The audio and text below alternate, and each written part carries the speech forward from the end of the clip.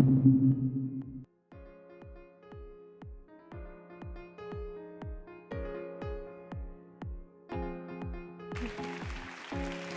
you. Is it working? Can you hear me? Okay, fine. Yeah, it's a free script, and it's healthy. Okay, I'm going to start straight ahead. Does 3D in web experience still has a reason to be? Weird question to ask, right? Especially as an interactive and 3D designer. I'm getting paid for doing that. So why am I asking the question? I think we can all agree that 3D is a big trend right now.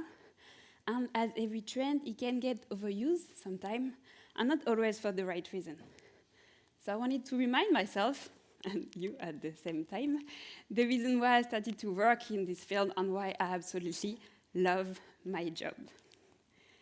So Peter introduced me pretty well. I'm Anaïs Iris, French accent. So yes, I live in Paris. I studied at Gobelin School, work in Immersive Garden for 2 years and other agencies there, and I'm now freelancing. So what do I do as an interactive and 3D designer? I try to focus on art direction, web design, UI motion, and 3D. But because images speak louder than words, let's see some projects I've worked on.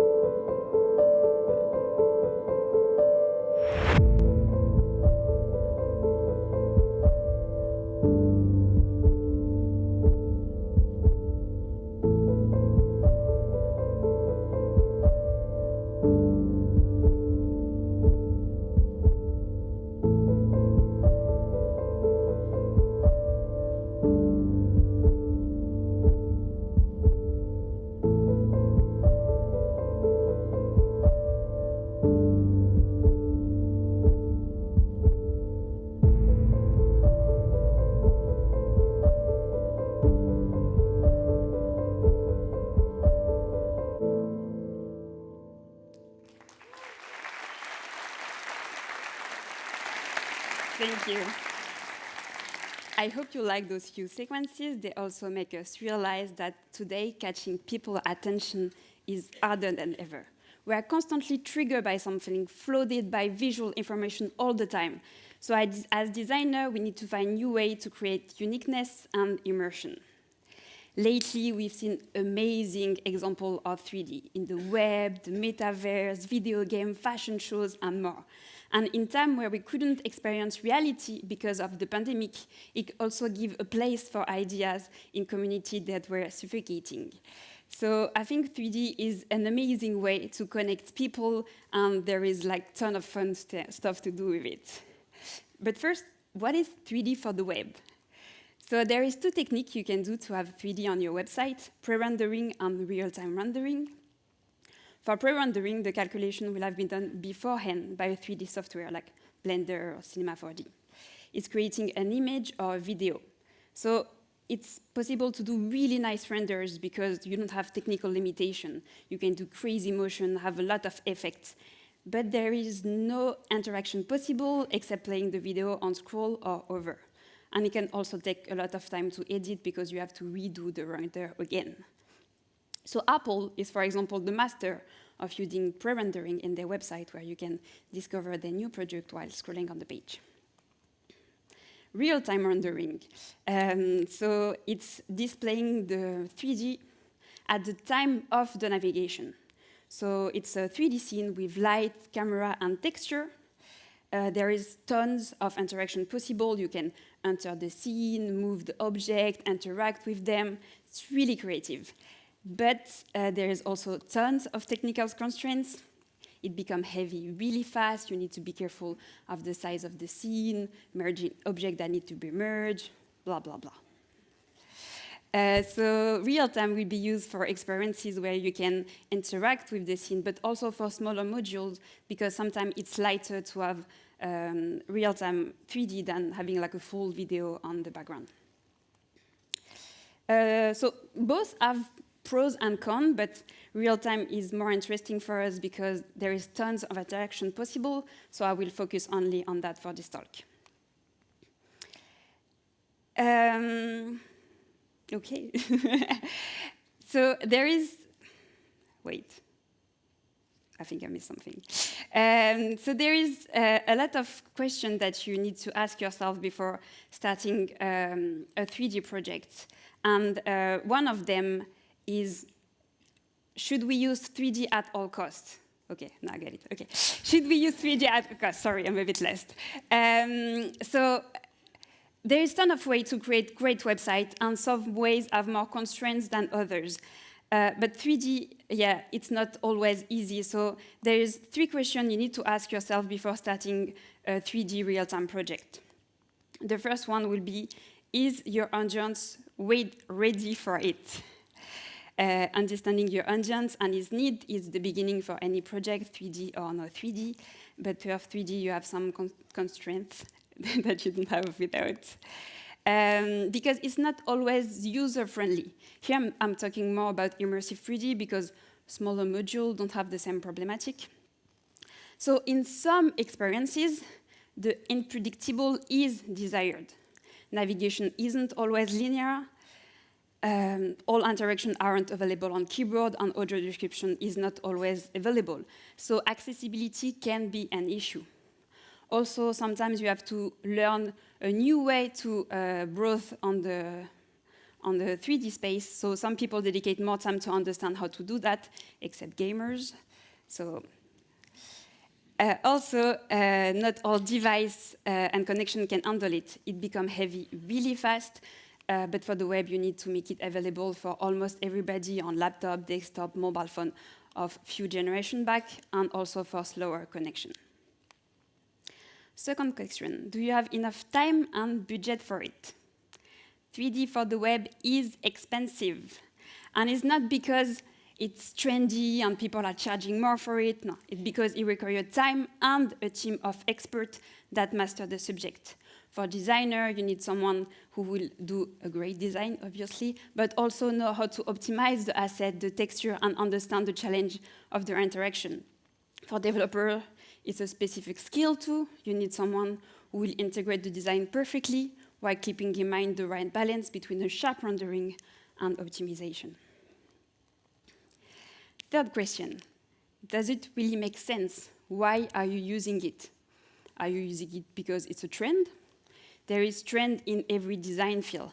Fashion design, web design, that's our design, print design, and web isn't an exception. So wanting to follow trend and fit in is normal.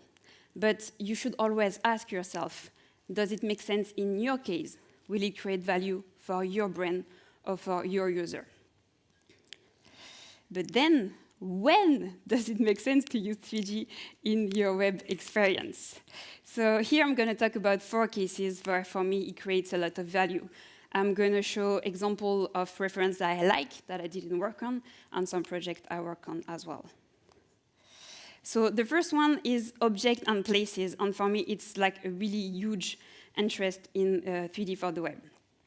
Because 3D can bring a product to life as if it were before your eyes. You can turn it around in all directions, zoom it closely, personalize it, and all that give it a lot of value, a premium feeling. And yeah, that's really great for the user. And you can also promote projects that haven't been released yet in a realistic way. It can give a project a context in a much more powerful way than a photography would. For example, here we have 2 different brands. So one is a streetwear brand, and one is a luxury brand. So Adidas by Active Theory and Dior by Immersive Garden. And on the first one, it's like dark, neon-y, urban, in an in-end skate park, while on the other side, it's bright, sunny, colorful, a perfect combination between the catwalk and the art gallery. And here, we can really see the difference between those 2 atmospheres, and 3D really give it importance, convey emotion, and communicate the brand value. So 3D make it also possible to reveal hidden information, for example, breaking down technical components. And that worked really well with architecture too. And I work on this project called Sol étanche Bâchi at Immersive Garden, which is a good example of that for architecture.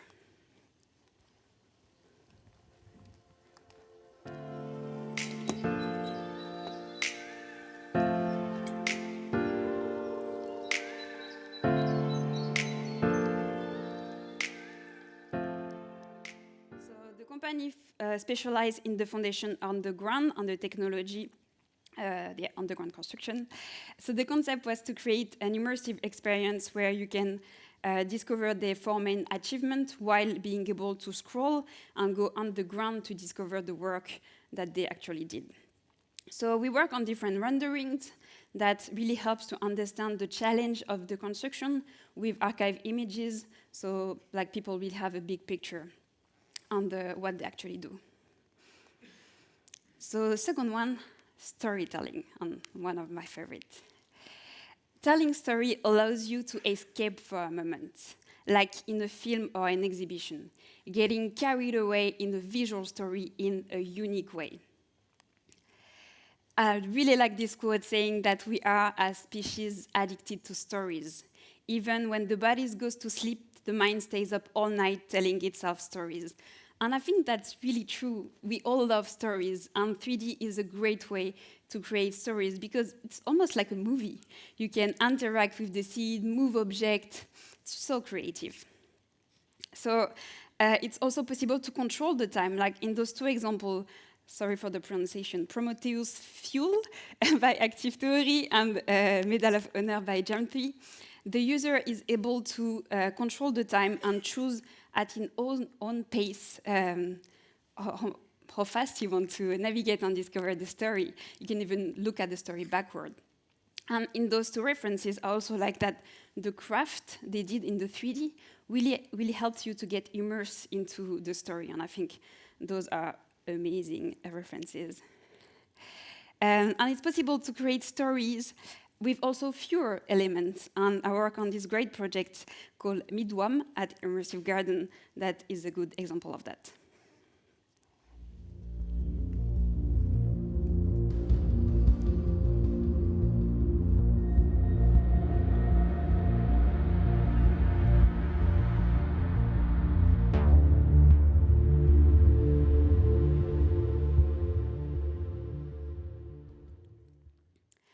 So only with a man, a spinning top, and a city, we tell the story of an immersive digital agency that put people at the center of their creation. On the technical side, it was pretty easy, at least on my side. A camera follows a path in a blender with key points where the camera will stop. So we were able to control precisely the trajectory while the user is scrolling on the page. And for the colors, all the objects are made of a metallic reflective material, which reflects an environment made in Photoshop, which is basically colors.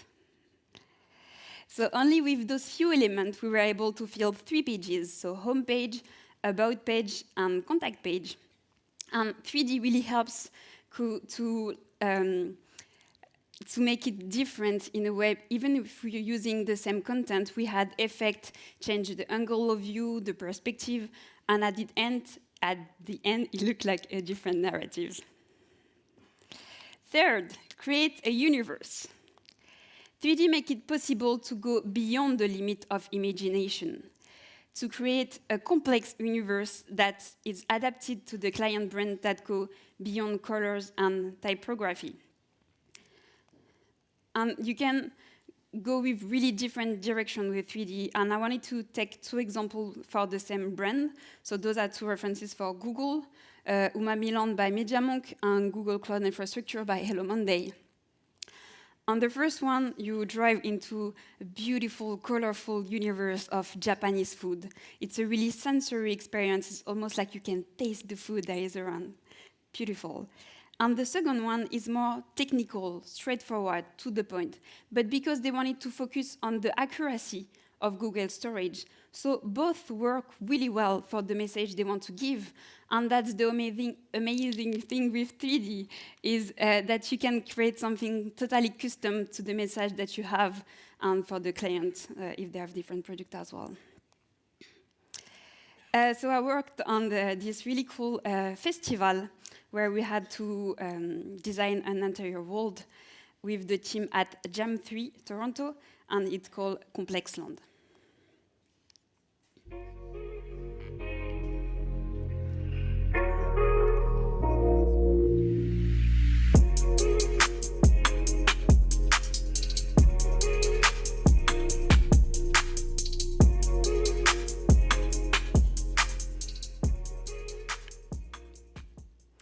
So we had to imagine this old universe for a festival that was live before the pandemic. Maybe with COVID, everything went online. So the 3D gives us really a lot of creative freedom to imagine different areas. So there are different districts, like a desert, museum, cliff, lot of stuff that was really creative and really fun to work on. And for example, the Adidas court was inspired by art installation, children's game, and basketball court. Last one, new ways to explore and discover. We remember an experience more easily than something we have read. And I think we can all agree that something that makes us feel emotion will be way more memorable than something that is boring us. 3D really helps that because you own the experience and you are able to interact with it. We switch from being a simple witness to a player, making it more memorable and conducive for learning. I really like those two references, so Persepolis Reimagined by MediaMonk and Magical Reflection by Make Me Pulse. Usually we just contemplate things or read things in the book, and here we are able to discover differently. So for example, in Persepolis, I don't know if you've seen it, but you discover the ancient city of Persepolis, and thanks to 3D, you see how it was back then and how it is now. And now with picture. And I find it really powerful, and I got almost emotional about it to see what the time has done to the place. To be honest, I didn't care much about Persepolis before, but thanks to the work they've did, I really took the time to look at it, and I got really interesting. So that was really great work. And for Magical Reflection by Make Me Pulse, you enter into a beautiful museum. Like, it's almost like you're in the sky, in heaven. I don't know where it is, but beautiful. And the navigation is a loop, so you can like do the experience again and again. And because everything is so smooth, you really want to take the time to pause and to look at the art and discover more about it. So I work on this immersive journey through the vineyard for a champagne brand called Chartendaillet at Immersive Garden.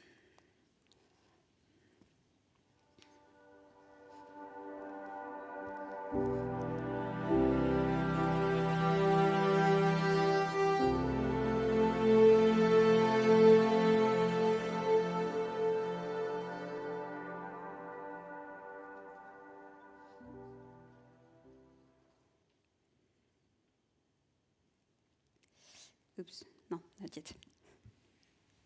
Back. Okay. So here we explore different angle of view. Sorry, the video is not starting because I changed. We are like a little bird flying around the vineyard, and we really wanted to make it in a way that people could discover it in like how they want to. They could go directly to the champagne page, but we wanted to make it more immersive, and they could move around and discover them at their own pace. So for the for the map, we drew information from Middle Age sketches to give a sense of handmade. And all the universe of the website steam inspiration from this time, from typography to symbol. And it was a bridge between the past and the present to showcase the legacy of the family business. And once you choose a plot, you are brought back to the present into a modernized watercolor. So we still keep idea of handmade to showcase the savoir-faire of the Champagne brand before going underground to discover more about the technicality and specificity of the soil. So what about the future? I don't think that 3D is going to go away that soon, so that's the answer of the question of the talk. I think the future is bright and promising. There is a ton of new possibility available to us. There are better 3D software. I don't know if you tried to use Blender 10 years ago. Now it's really great, and like all 3D software are becoming more user-friendly. And if you don't have a huge budget, Blender is free, accessible. More technical resources available. We've seen 2 examples this morning. 3GS Journey by Bruno Simon for developers, Patata School for designers, Awwwards Academy. So you can learn it, it's easy. Devices are becoming more powerful to be able to support real-time. That's great. The arrival of Web3 shows us that there is a huge demand in immersive experience for communities, so we are only at the beginning of that, so I'm excited to see where it goes. WebGL might be replaced by WebGPU, which is supposed to be a faster API that uses the GPU to display 3D on the web for devs. And there is new exciting tools like Spline that it's a 3D software directly on the browser, so you don't have to download anything and you don't have to own a powerful computer, and everything is already optimized for the web. So to finish, I would like to say that I don't think that 3D is the only solution to achieve a great level of immersion. There are amazing examples of Awwwards that don't use it. We've seen a lot this morning. I'm myself working on a lot of websites that don't use 3D. But I think it's a tool that creates a lot of values. But for me, the most important thing, if you want to create great experience, it's passion. Because if you do things from your heart, it will show in your work. And I'm convinced that the happiest people are the ones who manage to find meaning in their life. And personally, I am the happiest when I can surprise myself and be proud of the work that I've done. And to be honest, for a long time, I had a big imposter syndrome. And even more so as a woman in this digital world. And I realized that no matter how many years I've worked, no matter how many awards I won, this perception of myself wouldn't go away on its own. So I realized that what I had to do is just stop giving a fuck. And for me, thank you.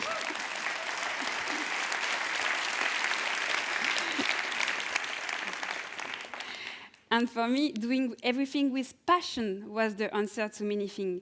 I learned to be more fulfilled in my work and in my personal life. Freelance is great for that as well.